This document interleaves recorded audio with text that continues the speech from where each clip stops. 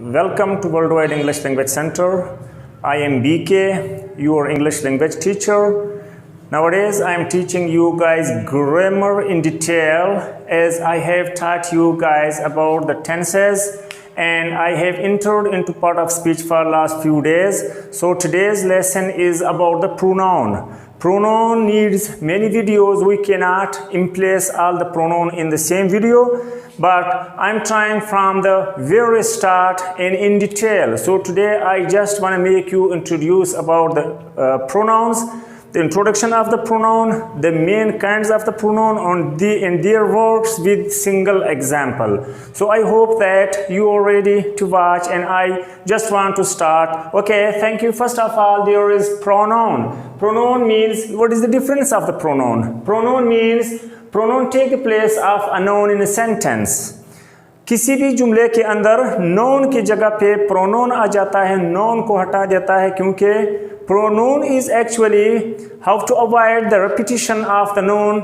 हम बार बार नाम को किस तरह से अवॉइड करें कि बार बार एक जुमले के अंदर noun ना आ जाए, तो हम किस तरह कर सकते हैं? इस तरह कर सकते हैं कि noun की जगह हम pronoun इस्तेमाल करते हैं. नाउन उर्दू में इसम को कहते हैं प्रोनाउन, जो इसम की जगह इस्तेमाल हो या इसमें ज़मीर.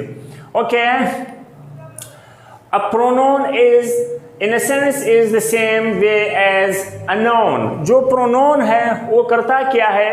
वो वही काम करता है एक जुमले में जो काम नाउन करता है. नाम की जगह प्रोनाउन काम करता है और वही काम करता है जो काम नाउन करता है जुमले के अंदर या नाम करता है.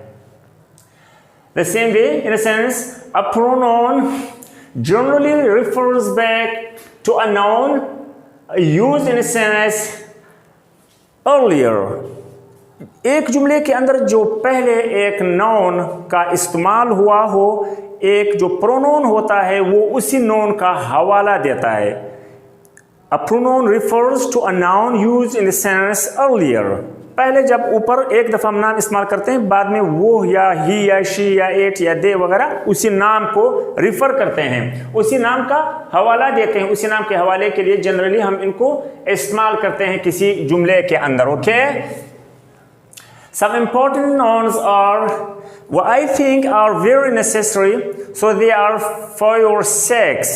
Today I have written here the 6 general pronouns, but in the next videos I will explain because some of them are becoming like together with the adjective, some of them are together with the possessive and so on. So with the nouns, so today I will just tell you some brief and general idea and general information about the kinds of the pronouns.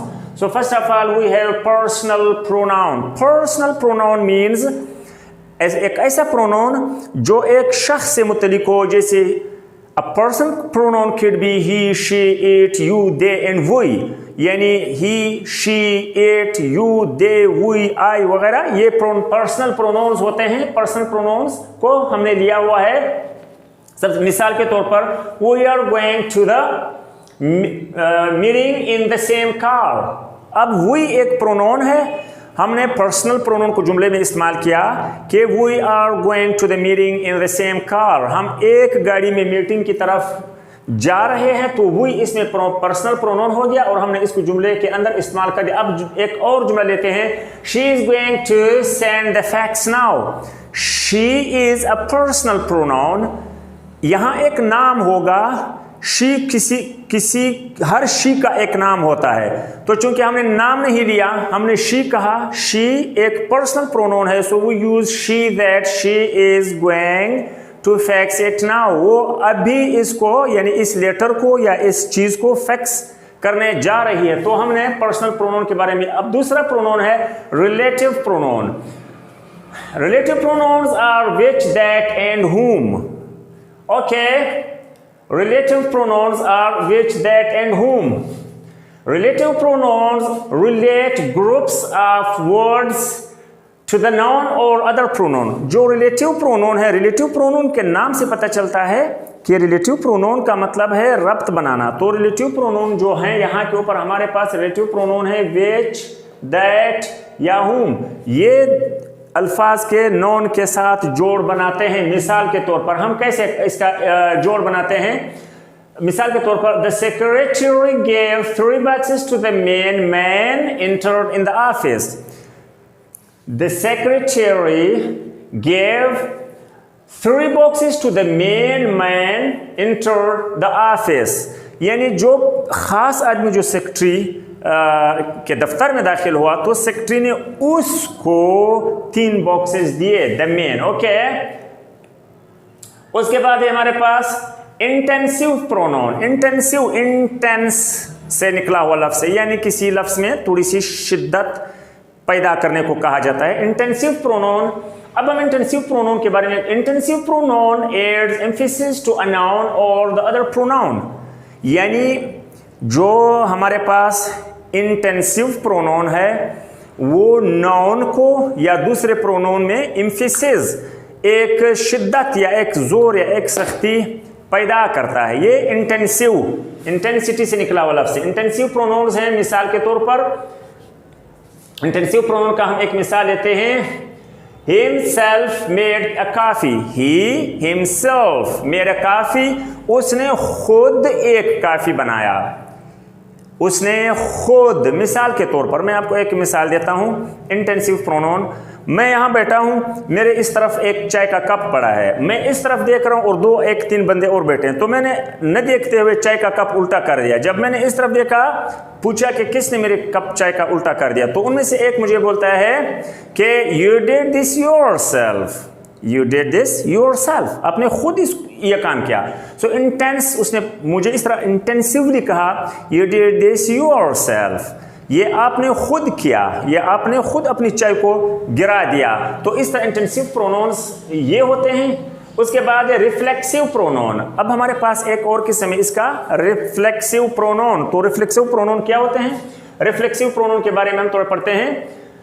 Reflexive pronoun show that the sentence subject also receive the action of the verb in the sentence. इसका यह काम है कि होता क्या है इसके अंदर, यानी रिफ्लेक्सिव प्रोनाउन के अंदर क्या होता है? Shows that the sentence subject also receives, जो जुमले का सब्जेक्ट है वो भी ले लेता है, वो भी हासिल करता है। क्या हासिल करता है? The action of the verb in the sentence. यानी जो वर्ब का एक्शन होता है, वर्ब खुद एक एक्शन होता है, लेकिन वर्ब एक एक्शन करता है। तो जो वर्ब एक एक्शन करता है उसके जो असरात हैं वो जो है वो कहाँ भी जाएगा, उसका एक्शन जो होता है जुमले के अंदर, वो sentence subject also receive, subject के ऊपर भी उसका असर हो जाता है, वो एक्शन का असर जुमले के अंदर यानी सब्जेक्ट में भी जाता है। तो इसको रिफ्लेक्स, वैसे रिफ्लेक्स की मानी है अक्स, किसी चीज का किसी चीज पे अक्स पड़ना, ये रिफ्लेक्स। तो अब रिफ्लेक्सिव प्रोनाउन उधर से इसका रिफ्लेक्स सब्जेक्ट पे भी पड़ता है। ओके, मिसाल के तौर पर you must injure yourself, you must injure yourself, you must injure yourself. अब इसका सब्जेक्ट के ऊपर असर पड़ता है, यानी यू मस्ट इंजर योरसेल्फ, आप अपने आप को खामखा या जरूर या लाजमी जख्मी करते हो, आप अपने आप को खामखा जख्मी करते हो। तो इसका जो वर्ब है, इसका एक्शन असर किस पे हुआ? सब्जेक्ट के ऊपर भी हुआ, सब्जेक्ट ने इसका एक्शन रिसीव कर लिया। ओके, उसके बाद हमारे पास है 5 इंडिफिनिट प्रोनाउन। इंडिफिनिट प्रोनाउन, अब हम इंडिफिनिट प्रोनाउन के बारे में पढ़ते हैं कि इंडिफिनिट प्रोनाउन क्या है। हमारे पास indefinite pronoun function as a noun but they do not replace a noun. अब इंडिफिनिट जो प्रोनाउंस हैं वो भी हैं तो प्रोनाउंस, लेकिन वो नाउन को नहीं हटाते, वो नाउन की जगह नहीं लेते। ये बात याद रखने की है कि इंडिफिनिट प्रोनाउंस जो हैं वो नाउन को नहीं हटाते, वो नाउन की जगह नहीं लेते। जैसे बाकी प्रोनाउंस नाउन को हटाकर नाउन की जगह लेते हैं, तो indefinite pronoun doesn't replace the nouns, they don't take the place of the noun. Okay, how like we see an example of it. So they include everybody, some. Indefinite pronouns include everybody, some. इसमें some, everybody, somebody, everyone, someone. You can see this kind of things. So okay, everybody. मिसाल देते हैं हम, everybody admires the company's president. Everybody admires the company's president. यानी हर कोई company के सदर या चेयरमैन या जो कंपनी का बड़ा है, हर कोई उसका मोतरिफ है, हर कोई उसका इतराफ करता है, हर कोई उसकी तारीफ करता है, एडमायर करता है. Okay, that's okay. Number 6 and the last one. But remember, this is the last one for today. This is not the last one for the pronouns. I will make many and many videos about the pronouns because there are many examples like possessive pronouns, adjective pronouns, and this kind of many, and with the tables, with examples. So I have to load many videos for you guys about the pronouns, but this is number 6 and number last just for this ongoing video. Remember, this is not the last of the pronouns, but this is the last point just of the video for today, and we will still continue more videos to be uploaded about the pronouns for you guys. Okay, so the sixth one and the last one for today is interrogative pronoun. Now, interrogative pronoun means, we know what does interrogation stands for questioning.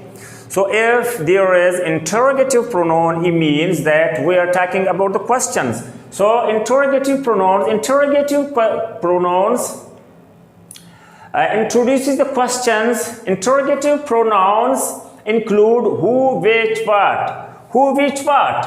Interrogative pronouns are including who, which, what. अब हम इसके who, which, what interrogative सवाल पूछना question में है, तो हम इसकी एक मिसाल लेते हैं. मिसाल के तौर पर who will be making a speech for tonight.